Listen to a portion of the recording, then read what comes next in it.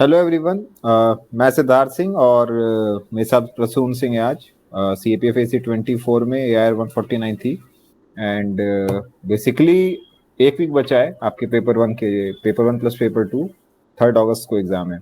सो वो top 5 mistakes जो सबको अवॉइड करनी चाहिए इन paper one. So first mistake है हरी टू फिनिश। लोग क्या करते हैं कि आप जल्दबाजी में होते हो to finish the paper, and इसमें होता क्या है कि you may read the question incorrectly.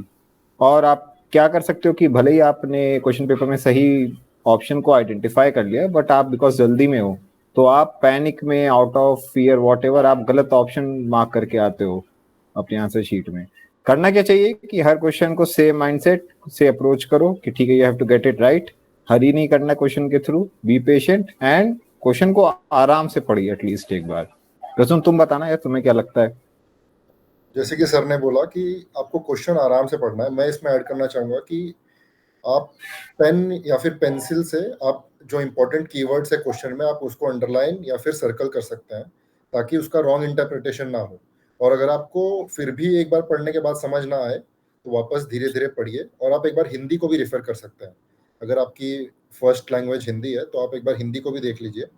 Enough time है, आप आराम आराम से पढ़ते जाइए। कुछ कुछ क्वेश्चन में थोड़ा एक्स्ट्रा टाइम लगेगा, बट ऑल इन ऑल एक अच्छा अटेम्प्ट हो जाएगा आपका। सो आराम से समझिए।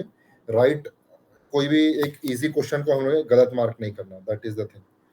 तो आराम से आप एग्जैक्टली रीडिंग करिए। जैसे प्रसून ने बहुत अच्छी चीज बोली कि आप कीवर्ड को आइडेंटिफाई कर लो। आपसे करेक्ट पूछा जा रहा है या इनकरेक्ट ऑप्शन पूछा जा रहा है, आपसे पूछा जा रहा है कि which one of the following is और आर, जो भी करेक्ट है उसको देख लो आप। और how many options of them you have to mark, 3 4 या 5, उस टाइप से आपको अप्रोच करना चाहिए। Second is over attempting. जो मेरा खुद का मेंटरशिप ग्रुप है उसमें सबसे ज्यादा प्रॉब्लम यही आ रहा है कि लोग ज्यादा निगेटिव मार्किंग कर रहे हैं। कट ऑफ इतना ज्यादा हाई नहीं जाता है कि आपको 125 में सारे क्वेश्चन करके आने हो, 100 120 क्वेश्चन करने हो, उसकी जरूरत नहीं है। आपको पता नहीं है पेपर कैसा आएगा। सो व्हाट हैपेंस इज कि भले ही आप कट ऑफ क्लियर कर रहे थे in your right attempts, but जो निगेटिव मार्किंग आप इनकर करोगे वो आपकी चांसेस बिगाड़ देता है। सो ज्यादा negative marking will sink your ship. And भले ही आप कितने भी क्वेश्चन अटेम्प्ट कर रहे हो, आपकी एक्यूरेसी खराब नहीं होनी चाहिए। आपको जरूरत क्या है पेपर वन क्लियर करने की? You need a decent score. But होता क्या है जनरली कि लोग इतने सारे क्वेश्चंस करके आते हैं regardless of the difficulty level of the paper, कि अगर पेपर थोड़ा सा भी ज्यादा डिफिकल्ट होता है, साल दर साल क्या हो रहा है कि कट ऑफ इतना हाई नहीं जा रहा है, but still people fail to clear it because negative इतना ज्यादा हो जाता है। रसून, तुम बताना कुछ।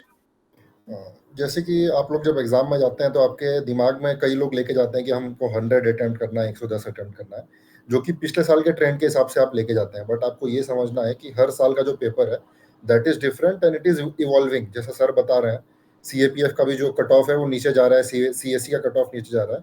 तो आप अपनी एक्यूरेसी पे फोकस करिए। जो आप 100% आपको लग रहा है श्योर, आप पहले राउंड में वो मारिए, फिर 50-50 वाले मारिए।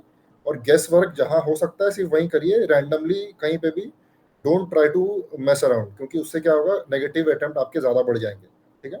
सो this is the approach and just be confident and have faith in your preparation. और प्रश्न होता क्या है, if the paper is difficult तो ओवरऑल कट ऑफ वैसे ही लोअर जाता है, and because you are sticking to a strategy, तो आप वैसे भी कम ही क्वेश्चन अटेम्प्ट करके आओगे, but because your accuracy is better than the average candidate, तो you can clear that cut off. But generally अगर आप एक प्री कंसीव नोशन के साथ जाओगे कि मुझे इतने क्वेश्चन तो करने ही करने हैं, उसमें खतरा क्या होता है, इफ पेपर इज डिफिकल्ट तो ऑब्वियसली आप निगेटिव मार्किंग ज्यादा कर ली। बट व्हाट हैपेंस इज कि अगर आप एक प्रीसेट स्ट्रेटजी के साथ जा रहे हो एंड पेपर इजी है, तो आपका नंबर ऑफ अटेम्प्ट्स भी बढ़ जाएगा। So go with a clear mind regardless of कि पेपर कैसा है। ठीक है। थर्ड चीज होती है ईगो सॉल्विंग। ये क्वेश्चन तो मैं करके रहूंगा, स्पेशली जो हमें लगता है कि ये तो मेरा स्ट्रॉन्ग सब्जेक्ट है, ये टॉपिक तो मैंने पढ़ा हुआ है। एंड व्हाट हैपेंस इज कि अगर कोई आसान से आपके स्ट्रॉन्ग से सब्जेक्ट से भी कोई डिफिकल्ट क्वेश्चन आता है, that will waste your time.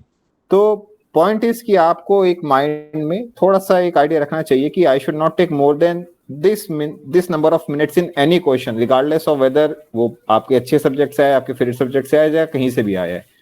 कुछ डेलिबरेट टाइम वेस्टर क्वेश्चंस होते हैं एग्जाम में।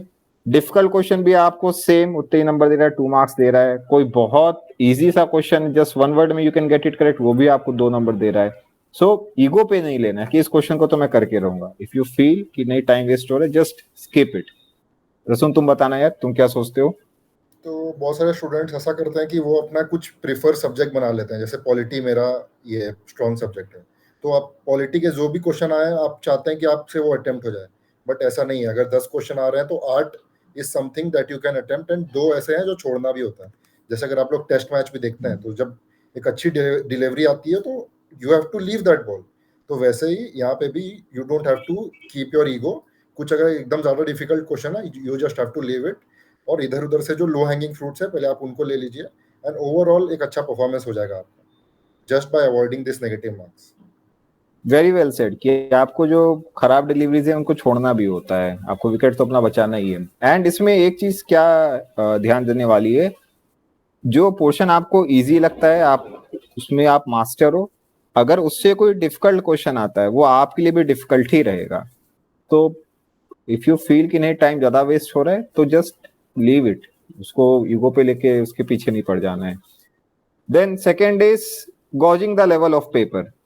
हमें एग्जाम में जाके क्या होता है कि एक थोड़ा सा दिमाग में आइडिया आता है कि ये पेपर तो इस बार से ज्यादा डिफिकल्ट आया, पिछली बार तो इजी था इस बार डिफिकल्ट आ गया, या पिछली बार डिफिकल्ट है तो इस बार इजी आया है, कट ऑफ ज्यादा जाएगा इस बार. एंड होता क्या है जनरली जब आप ऐसे काम एग्जाम में बैठ के करने लगते हो कि ठीक है you are calculating in your mind कि मैंने इतने नंबर ऑफ क्वेश्चंस कर लिए हैं, पेपर तो इजी लग रहा है, लास्ट ईयर कट ऑफ 110 गया था, इस साल तो कम से कम 120 125 जाएगा ही. जब आप ऐसा कुछ सोचोगे तो आप करोगे क्या कि आप 5-6 क्वेश्चन ऐसे और अटेम्प्ट कर दोगे जो आपको नहीं करने चाहिए थे, you did not need to attempt them. और उस चक्कर से क्या होता है एग्जैक्टली जैसे पहले हमने बताया था कि आप नेगेटिव मार्किंग ज्यादा इनकर कर लोगे. एंड नंबर 2, आप अपना टाइम भी वेस्ट करते हो if you are trying to gauge the level of paper. इसका एंटीडोट क्या है, जो आपने मॉक्स में जिस तरह से प्रैक्टिस किया, जो आपने अपना एल्गोरिदम, जो आपने अपना स्ट्रेटजी बनाया था, just stick with that plan regardless of paper कैसा है. You should not be the जज ऑफ द पेपर कि पेपर कैसा है, just try to give it your best. जो भी आपने स्ट्रेटजी बनाई है, do not gauge the level of paper in the exam hall. रसून यार तुम्हें क्या लगता है? मैं इसमें स्टूडेंट्स को ये कहना चाहूँगा सबको कि you have to focus and concentrate 100% on the paper and on the next question that you are going to attempt. आपको कुछ भी नहीं सोचना है कि पिछले साल का कट ऑफ ये था, इस साल का ये है, इस साल का डिफिकल्टी है तो कट ऑफ इतना जाएगा, सामने वाले का रिएक्शन क्या है पेपर को देख के. Nothing nothing, you just have to focus on next question.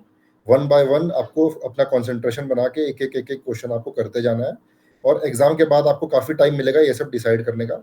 In that 2 hours, in that 4 hours, when you sit for both the papers, you have to just focus and concentrate all of your energy on that question, on that next question. That is it. Exactly because होता क्या है generally जब आप exam hall में हो तो the difficulty level या फिर कट ऑफ कितना है, दिस इज टोटली अननोन. सबके प्रेडिक्शंस जनरली गलत हो जाते हैं, कई बार हम कुछ सोचते हैं और कुछ और हो जाता है. वो काम आपका नहीं है, ठीक है, लीव दैट टू यूपीएससी. आप बस अपने नेक्स्ट क्वेश्चन पे फोकस करो. बहुत अच्छे से बोला प्रसून ने. एंड जो लास्ट मिस्टेक मुझे लगती है which you should avoid in the exam hall is, and you have to be very conscious about is, that you should avoid an emotional mindset. अब ये इससे होता है क्या है कि while giving the paper you tend to become very conscious of how your attempt is going. अरे यार 10 सवाल कर लिए, अभी तक तो केवल 3 ही सही हुए हैं, बाकी तो मुझे आते ही नहीं है, फिर अब कैसे होगा, बाकी पेपर कैसा जाएगा. और फिर then you go into the guilt trip, अरे मुझे उस टाइम पे टाइम वेस्ट नहीं करना चाहिए था, मम्मी पापा को क्या मुंह दिखाऊंगा, कॉलोनी वाले क्या बोलेंगे, फैमिली वाले क्या बोलेंगे, घर जाके क्या बोलूंगा. एंड व्हाट हैपेंस इज कि because you are letting this thoughts creep into your mind, जो आपका बाकी का परफॉर्मेंस होता है पेपर का वो सफर करेगा. And may be it happens कि you have gone through 60 questions and उसमें से you were able to attempt only 20 और 25 क्वेश्चंस, बाकी कुछ सही कुछ गलत. बट बाकी पेपर जो बचा हुआ है आगे, may be that you can solve very well. But because ये आपका माइंडसेट शिफ्ट हो चुका है, now you are not focused on solving the paper, you are more focused on the outcome. तो वहां से चीजें थोड़ी और खराब होती हैं. You should be laser focused on solving and attempting the paper rather than any other thing जो आपका they have a tendency to demoralise you. उस पे ज्यादा if you feel like your mind is staying in that direction तो you need to bring it back to the paper. तो इस चीज से हमेशा you should be conscious, you should be aware of this in the exam कि am I being emotional या फिर मैं अभी भी रैशनल सोच के I am going through each and question like I had planned. तुम बताना है प्रसून, तुम्हें क्या लगता है? हाँ, मैं बोलना चाहूँगा कि आपको मेंटली काफ़ी स्ट्रांग होना पड़ेगा. जैसे कि लेट से बहुत सारे बच्चे एंशियंट हिस्ट्री छोड़ के जाते हैं, अपने पेपर खोला, पहले 10 क्वेश्चन जो है वो एंशियंट हिस्ट्री के हैं, you are now finding it difficult to go through them. तो इसमें वही रहेगा कि you have to stay confident in your abilities and your preparation. जैसे कि जब बैट्समैन जब प्रिपेयर करके जाता है तो वो अपना एरिया स्ट्रॉन्ग एरिया बनाता है कि यहाँ पे जब मुझे बॉल आएगी तो मैं 6 मारूंगा, यहाँ पे जब आएगी तो छोड़ूंगा, यहाँ पे आएगी तो डिफेंड करूंगा। तो वैसे ही आपने भी एक स्ट्रैटेजी बनाई है, तो आपको अब कॉन्फिडेंट रहना है कि ये मैं अपनी स्ट्रैटेजी से स्टिक करूंगा और मुझे पास होने के लिए 60 या 70 क्वेश्चन ही चाहिए, मैं ये छोड़ के भी आगे बढ़ सकता हूँ, ठीक है। तो आपको स्ट्रांग रहना है, और ये जो बाकी सारे एस्पेक्ट्स हैं फैमिली वाला और ये सब कि मेरा लास्ट अटेम्प्ट है, ये सब you don't have to think about that in the exam hall, just focus on the next question. And आप ऐसे करके have faith in your strategy, keep going on. After 100 questions round 2 करिए, उसके बाद if you are strong mentally you will be able to go through it I think comfortably, क्योंकि काफी preparation तो कर ही लिया लोगों ने हमारे ग्रुप के जो हैं। एग्जैक्टली एंड मेरे साथ एक इशू था ईगो सॉल्विंग का, बिकॉज आई फेल्ट कि मैं साइंस में अच्छा था स्कूल टाइम में एंड लेटर ऑन भी, तो आई हैड दिस टेंडेंसी कि मैं साइंस का तो सारा करेक्ट करके आऊंगा, साइंस एंड मैथ्स का कुछ गलत नहीं करना, कुछ छोड़ना ही नहीं है। And this is what I tell everyone कि science and maths is a very low hanging fruit in CAPF. But एक साल मेरा बहुत टाइम वेस्ट कराया था बैक इन 2017, तो ये मेरी एक गलती थी। Now when I look back at it, obviously सब कुछ अच्छा गया था, बट आई थिंक कि just to further polish it and to tell everyone कि क्या आपको अवॉइड करना चाहिए, तो ये मेरी एक गलती थी कि ईगो सॉल्विंग में मैं फंसता था। प्रसून, तुम कोई गलती करते थे इन 5 में से? यस सर, मैथ्स में मेरा काफी ऐसा होता था कि मैथ्स में कई बार क्या होता है, फाइनल आंसर नहीं आता है सर। काफी स्टेप्स हमने सही किए, सब कुछ सही किया, बट कई बार फाइनल आंसर्स नहीं आ रहा है। बेसिकली उसमें कहीं पे कुछ कैलकुलेशन मिस्टेक है या फिर कहीं पे कोई फॉर्मूला रॉन्ग ले लिया है, तो उसकी वजह से फाइनल आंसर नहीं आ रहा है। उसमें लगे हुए हैं क्योंकि वैसे टाइप के क्वेश्चन सॉल्व करके आए हैं, और एक सेट पैटर्न होता है सीएपीएफ में कि इस पैटर्न से आएगा, तो वो सॉल्व नहीं होता है, तो हम लोग लगे रहते हैं। 3 मिनट हो जाता है, 5 मिनट हो जाता है, फिर प्रेशर बिल्ड होते जाता है क्योंकि आगे के भी क्वेश्चंस करना है। तो मैं यही बोलूंगा, एक कट ऑफ टाइम बना लीजिए आप लोग, 2 मिनट या 1 मिनट, जो भी है आपका, 2.5 minute 3 minute cut off time बनाइए। तब तक हुआ तो ठीक है, वरना you can revisit it at the end. At the end 4-5 minute आपके पास फ्री बचेंगे कुछ कैसे भी, तो यू कैन रिविजिट इट। बस आप ऐसे करके करिए। एग्जैक्टली एंड मैथ्स थोड़ा से इसलिए भी डेंजरस होता है बिकॉज व्हाट हैपेंस इज कि आपका कौन सा स्टेप गलत आप ये आइडेंटिफाई नहीं कर पाते हो, तो व्हाट हैपेंस इज कि आप उसको शुरू से फिर से स्टार्ट करते हो एक एक चीज देखना, and you get stuck into a loop mode, and वो और ज्यादा टाइम वेस्ट कराता है। तो ठीक है, it happens in the exam, but if you are aware of these top 5 mistakes तो ऑब्वियसली आप उनको अवॉइड कर सकते हो। And thank you for watching. जो भी देने जा रहा है, तो पेपर 1 में ये 5 मिस्टेक्स मुझे और प्रसून को लगी कि इंपॉर्टेंट होती हैं, so we have kind of told this to you in advance. आप इससे अवेयर रहो, एंड कोई भी आप आइडेंटिफाई कर लेते हो then you know the solution for that. ठीक है, जैसे इमोशनल माइंडसेट को आप कैसे अवॉइड कर सकते हो, एक कट ऑफ सेट कर लो, ईगो सॉल्विंग नहीं करना है, किसी क्वेश्चन के पीछे पड़े हुए हैं बट वो सॉल्व नहीं हो पा रहा है, तो just try to avoid all these mistakes, and all the best for your exam day. So take care everyone.